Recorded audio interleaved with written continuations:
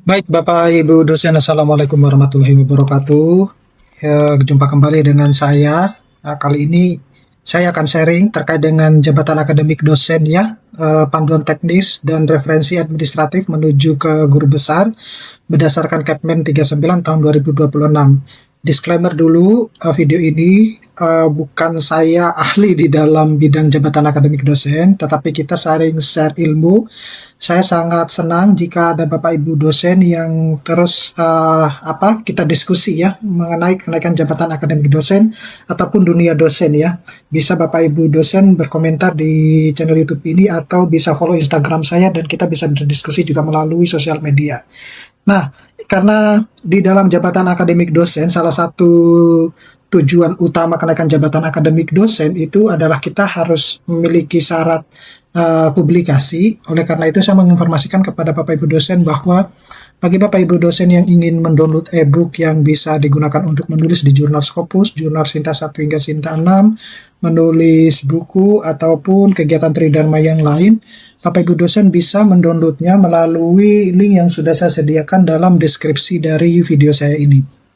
Nah, jadi ada 3 pilar regulasi di dalam jabatan akademik dosen. Yang pertama itu Bapak Ibu dosen kita harus memahami dulu dinamika jurnal ya.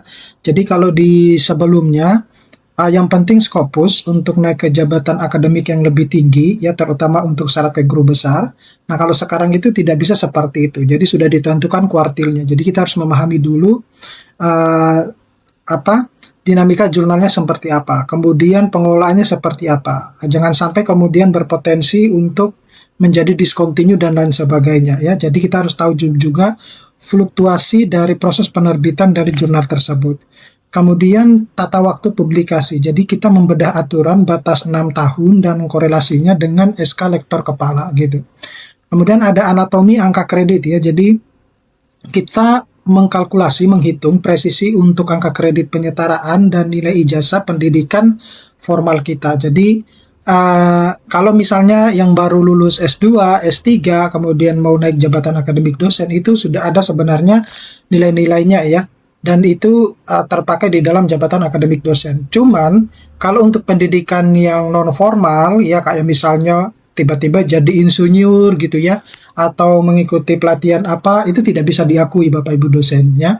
Nah, kemudian mekanisme kunci ganda untuk syarat khususnya, jadi konteksnya itu adalah artikel yang dipublikasikan di tahun 2025 yang terindeks. Itu dinilai pada tahun 2026, kemudian artinya dia discontinue.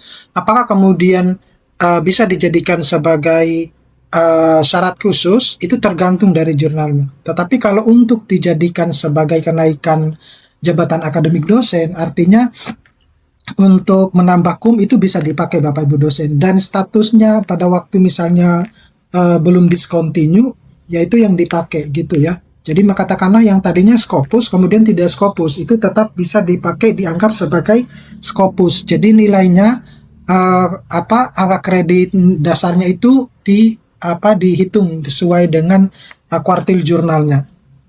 Kemudian ada gerbang kedua saat penilaian di tahun 2026 ya. Jadi status terkunci ya atau gagal, jurnal berstatus misalnya coverage discontinue ya. Jadi kesimpulan utama, syarat khusus menuntut validasi ganda Bapak Ibu dosen. Jadi kalau mau cari aman, usahakan kalau publish itu publikasinya di publish ternama ya, seperti Elsevier, kemudian Taylor R. Francis, Wiley, Springer, Saga.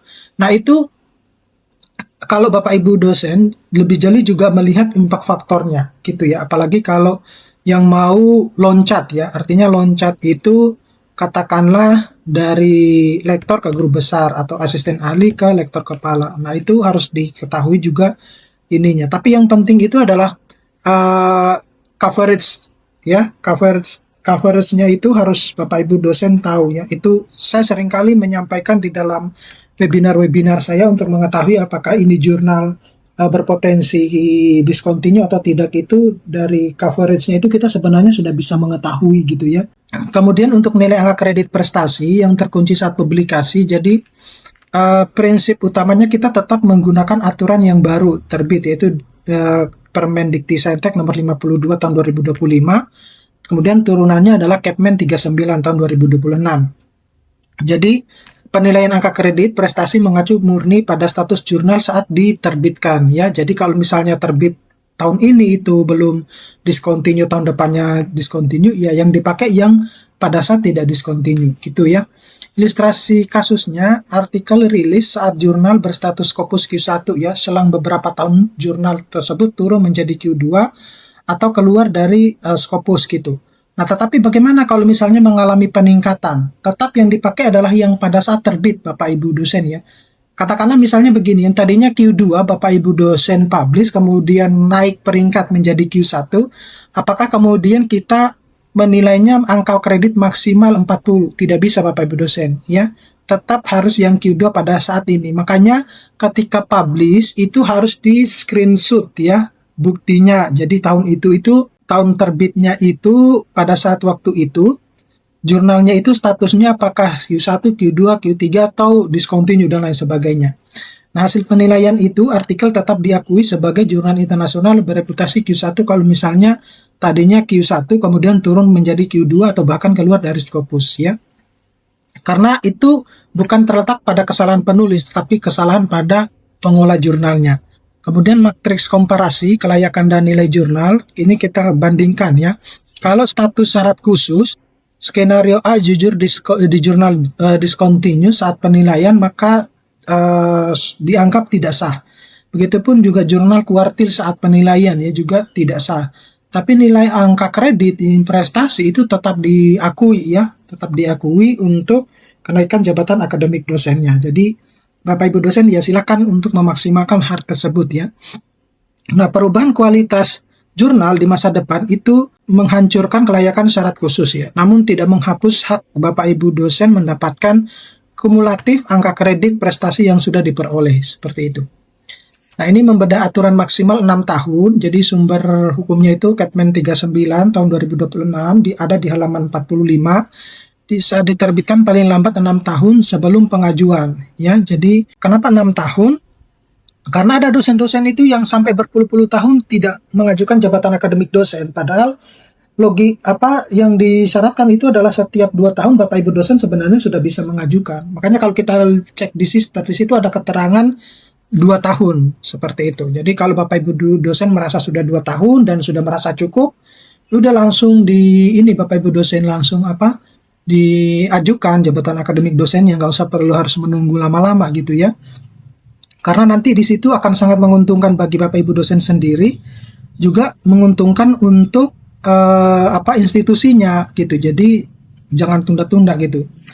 Kemudian ini lini masa validasi karya ilmiah. Jadi ya katakanlah kalau di April 2020 itu adalah cut off ya, waktu maksimalnya batas 6 tahun ke belakang.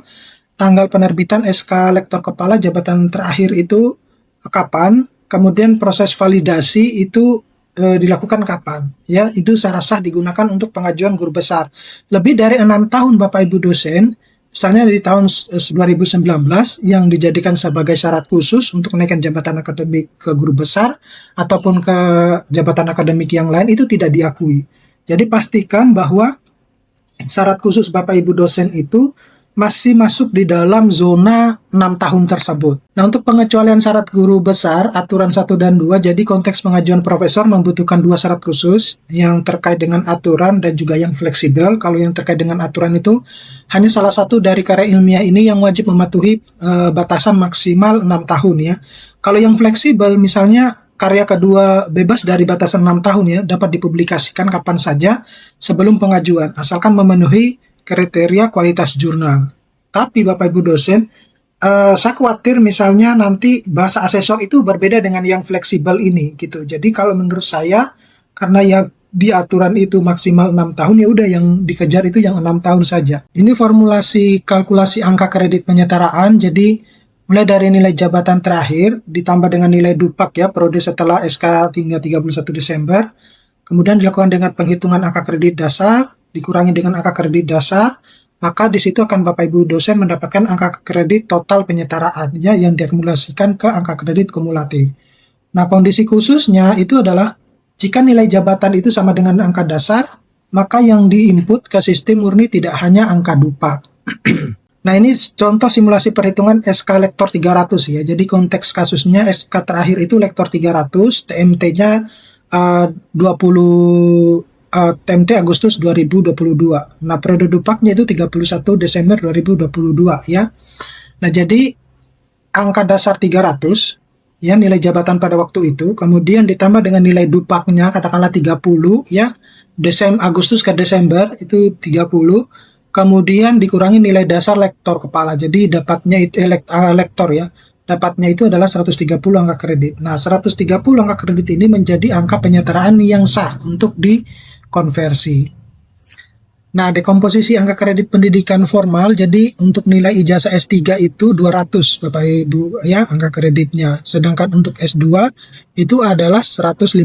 Sedangkan yang S1 itu adalah untuk S3 itu 50 ya. Untuk yang S2 itu 150 ya. Jadi jika S3 belum pernah digunakan pada pengajuan jabatan akademik dosen sebelumnya, hanya selisih 50 angka kredit yang akan masuk ke angka kredit kumulatifnya. Nah, keistimewaan pembobotan pendidikan formal, jadi angka kredit pendidikan formal dan konversi ini bersifat absolut ya atau flat. Tidak ada persentase pembatasan dari total kebutuhan angka kredit jabatan selanjutnya. Nah, untuk angka kredit prestasi atau penelitian ini disesuaikan ya dengan jabatan akademiknya, apakah lektor, lektor kepala ataupun guru besar. Jadi kalau lektor 35, lektor kepala 40, guru besar 45 ya. Nah, masukkan ijazah S3 Bapak Ibu dosen untuk secepatnya ya. Jadi karena nilai dihitung utuh tanpa pemotongan persentase ya dalam struktur angka kredit kumulatifnya. Nah, ini daftar periksa utama Bapak Ibu dosen yang bisa Bapak Ibu dosen perhatikan ya. Jadi ada validasi indeksasi gandanya, kemudian ada audit batas 6 tahun untuk yang publikasi, kemudian amankan dulu angka kredit prestasinya. Saya seringkali menyampaikan bahwa hitung dulu angka kredit prestasinya. Itu menurut saya yang lumayan paling banyak yang menyita waktu itu angka kredit prestasi ya. Kemudian artinya begini, meskipun di sister itu sudah ada, tetapi input Bapak Ibu dosen itu harus segera menginputnya gitu. Kemudian ada integrasi ijazah S3 juga kalau belum pernah dipakai. Oke, saya kira cukup sekian Bapak Ibu dosen. Mudah-mudahan ini bisa bermanfaat. Nanti akan ketemu pada video-video selanjutnya. Saya Iris, Assalamualaikum warahmatullahi wabarakatuh.